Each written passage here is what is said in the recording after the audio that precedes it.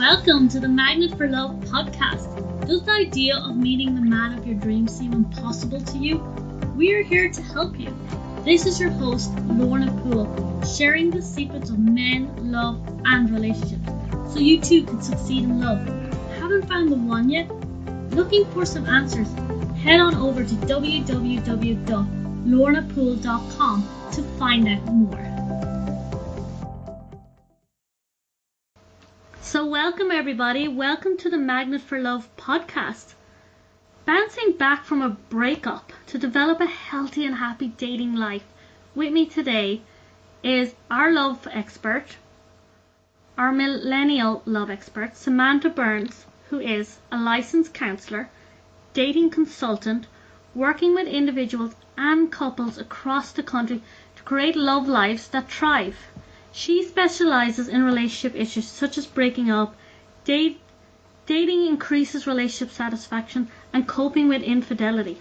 She has been featured on Today's Show, Huffington Post, Yahoo News, Women's Health, Brides, Reader's Digest, Elite Daily, and much more. She is the founder of LoveSuccessfully.com and is the author of the upcoming book, Breaking Up and Bouncing Back. Samantha, great to have you here. Thanks so much for having me, Lorna. Breakup is hard, right? Oh, it's devastating, and it's something we all go through but don't necessarily have the skills to overcome. Great, I'm glad you started with that. So let's talk about that, the skills to overcome, before we get into how to create that, that better relationship. Breaking up can devastate us. So where do we go from there? Well, I think first it's important to kind of understand what's happening in your brain so that you can understand how to overcome the breakup. So what we now know through brain research is that when you fall in love, it actually activates those same parts of your brain regions that are involved in addiction, like alcohol or drugs. So basically, think of falling in love as a positive addiction. So now, when you go through a breakup, you're physically withdrawing from your partner the way that you would from drugs. You're fatigued, you have difficulty eating and sleeping, you might experience physical pain, anxiety, and depression, and your brain is really kind of motivating you to go talk to your ex, to go find your ex, to go have sex with your ex, because it's looking for that next hit. It's so used to your ex. So when you think of your breakup, it's important to really understand and give yourself credit that you are going through this entire withdrawal experience. And in order to survive that, it's so important to set up healthy boundaries so that you're not giving into these cravings and that you're not feeling as triggered by, memories of him, by pictures of him, by seeing him on social media. So how can somebody set boundaries if, as you say, it's like a craving, it's a love addiction? How can we set boundaries if we're just so impulsed to text him or call around to his house? Like, how do we get to that point? Right. So I think that it's absolutely challenging, but you need to kind of set yourself up for success. So I tell my clients they need to create an ex-free environment. So that might be literally getting rid of anything that reminds you of your ex, but also, some things are valuable. You might have jewelry. You might have really sentimental photos. So it's not that you have to burn everything or throw everything away, but I suggest some people create a breakup box so that they can keep those really valuable things and really put them in this box and push it at the back of your closet, underneath your bed, somewhere out of sight, out of mind. I suggest that my clients remove their ex from their social media. And what I tell people is that I've never seen anyone go from lovers to friends overnight. So even if you want to be friends with your ex, you really need, I say, start with like a 60 to 90 day period where you're not in any contact, and then you can always reevaluate. So remove your photos or things that you might, when you've had a glass of wine or you're feeling really upset, you might kind of go and torture yourself by looking at these photos or by stalking on social media. So save any photos to a flash drive, store them in your breakup box, and remove them or block them on your different social media channels, as well as in that ex-free environment. Sometimes it's helpful if you live together and you're stuck in that same apartment or that same house, rearrange your house a little, because we've ingrained in our brains our different routines that we had with our partner. So staying in the same physical space as well as going through the same daily routine, we expect our partners to be there with us, and that's really challenging. So any kind of big changes that you can make to your physical environment is great. And then other things that are just in general healthy coping skills. I did some breakup research for my upcoming book, and what I found that people found the most helpful in all of their coping skills, well, I'll say least helpful, was rebound sex and drinking too much.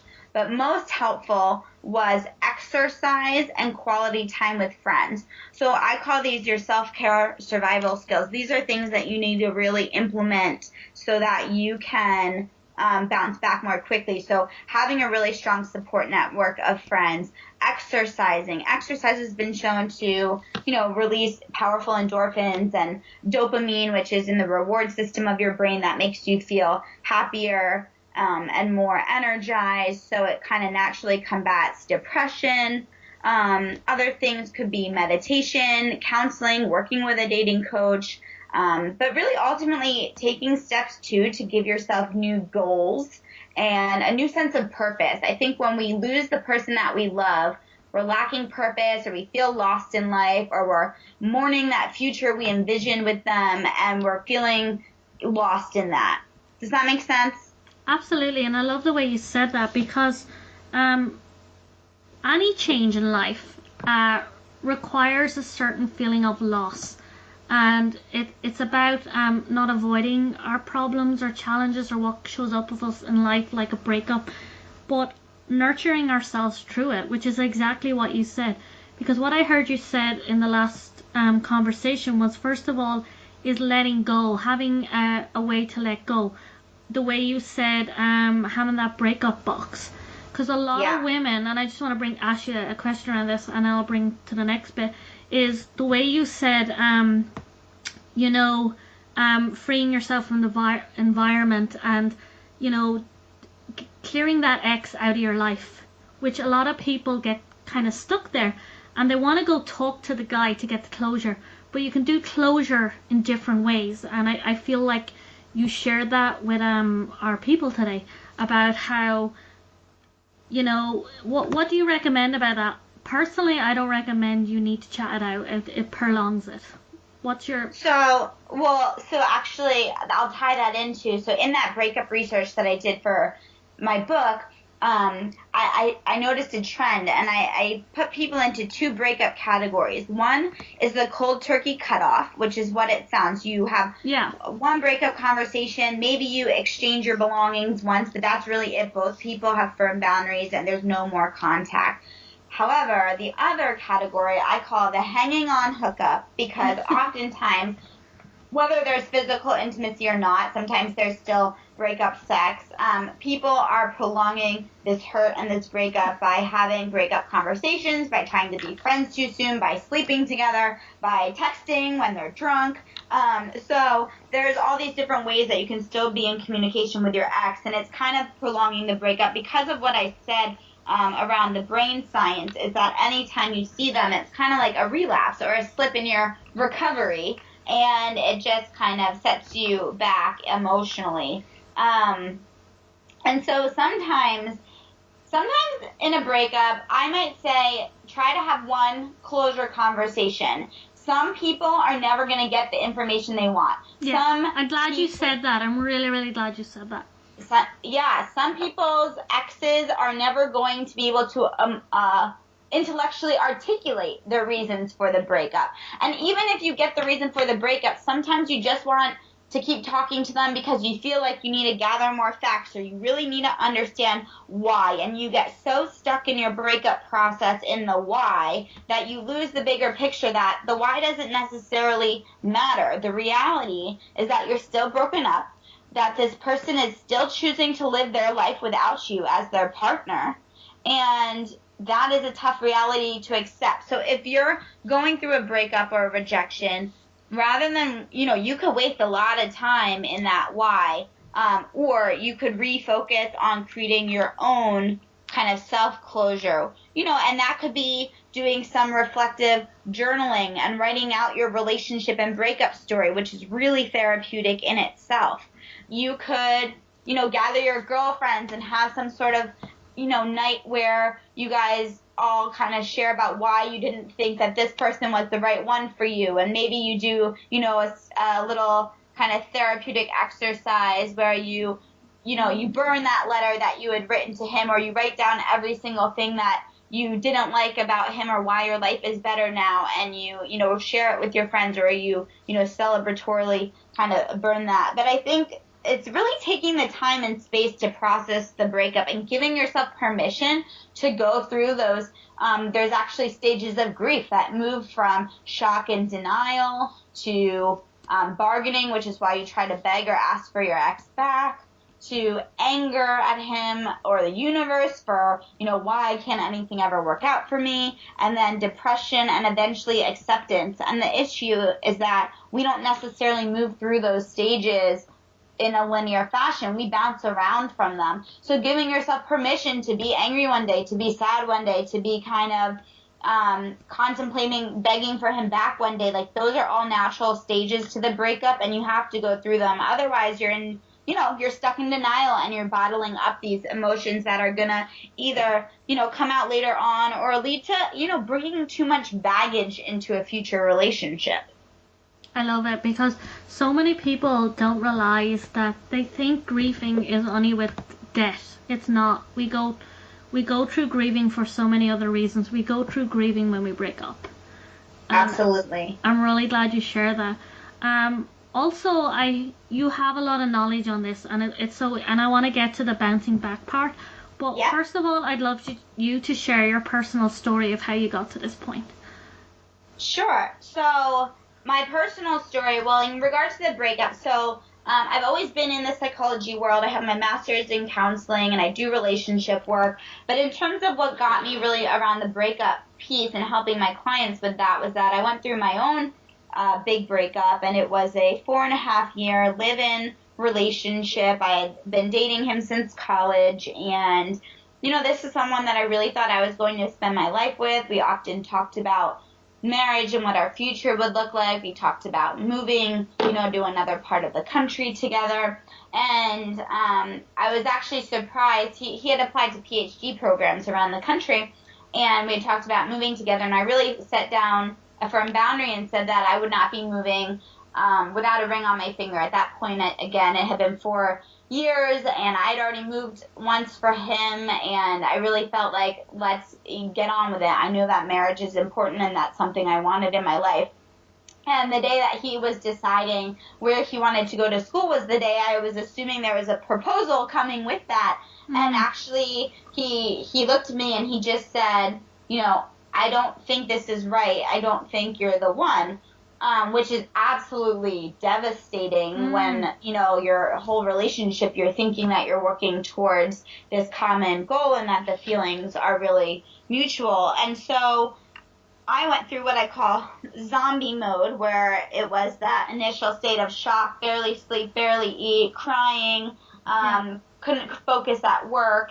And after that part, I do a lot of self-reflection, and I really made this mental shift to say, well, how did I dodge a bullet? How in some way is there a silver lining? And I realized so many things, that basically I always had this kind of inner voice that I had stuffed down out of ultimately a fear of failure. I had this fear that he wasn't necessarily the one, but I felt that I invested so much time, energy, commitment, finances, love. This was someone I really loved, but I realized just because you love someone, it doesn't mean that they're your best match, or that it needs to be a relationship that lasts for the long time.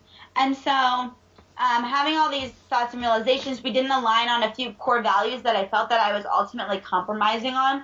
And once I got really clear on all of this, I bounced back to such a fun and fabulous dating life. I was going out on multiple dates a week, and actually 3 weeks after, and in the meantime, I moved to a new part of the city. I got a new apartment with some girlfriends, and I really created this fulfilling life outside of, also the mourning period of my breakup.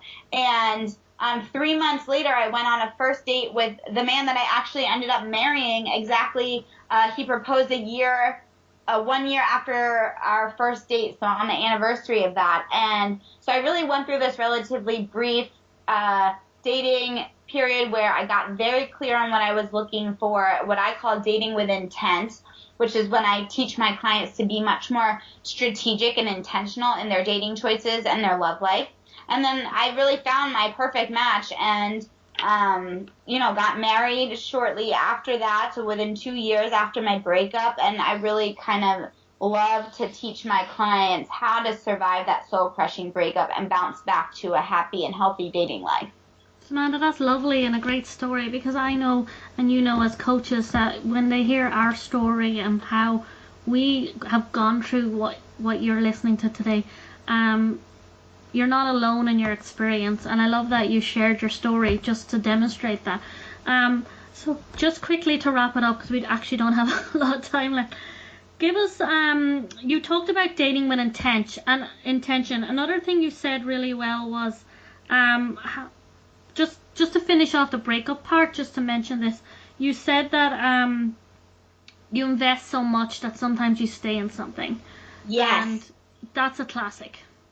So that actually is like a chapter in my breakup book, and I coined a term. It's called the status quouple. So it's if you took the word couple and status quo and you put it together. It's the couple that's invested so much and they're comfortable, but they're not growing and evolving together. Or they're together because it's comfortable and they fear breaking up, or they fear losing who's ultimately a best friend, but not necessarily the person that they should be with for the long run. And so I really help my clients figure out, are they in that status quouple relationship, or are there certain deal breakers, or what are deal breakers and how to identify those, or how to really progress the relationship forward, and just help people more strategically evaluate their current relationship and get clear on whether or not they should continue investing in something that's potentially not going to work out. And here's the thing. All relationships, ideally, only one of them is going to work for the long run. The rest of them will end in a breakup. Either you will end it or the person you're seeing is going to end it. And that works for whether it's one date or a multi-month or multi-year relationship. So that's important to have a really kind of realistic mentality of dating, is that you're going to go through many breakups until ultimately you find the one. And hopefully in those breakup experiences, you really reflect on your love lessons learned and make better, smarter choices each time, so that you can get, again, more strategic in the people that you're dating to find the person that you want to marry. Great. So let's talk about, just very quickly, dating with intent. And then after that, I'd love for you to share with us your golden nugget from our conversation today. So what do you mean by dating with intent? Sure. So dating with intent to me means being strategic and intentional in your love life. And that means, so oftentimes people fall in love or they start dating and it's really superficial. Maybe, you like the same music, or you have mutual friends, or the sex is really hot and passionate. And that's all great, but those are, physical chemistry is important, but people aren't really digging deeper to what I call core values. So things such as, what lifestyle do you want to have, and what socioeconomic status do you need to live the life that you want to live? How do each of you save and spend your money? How career-oriented are you guys, and what's your work-life balance? How important is your physical environment to your happiness? My ex really was kind of a country bumpkin, and I really was more of a city gal, and he wanted to live in a part of the country that wasn't necessarily as appealing to me. religion and spirituality, like on a scale of 1 to 10, how important are these in your life? Do you want kids? What parenting styles are important to you?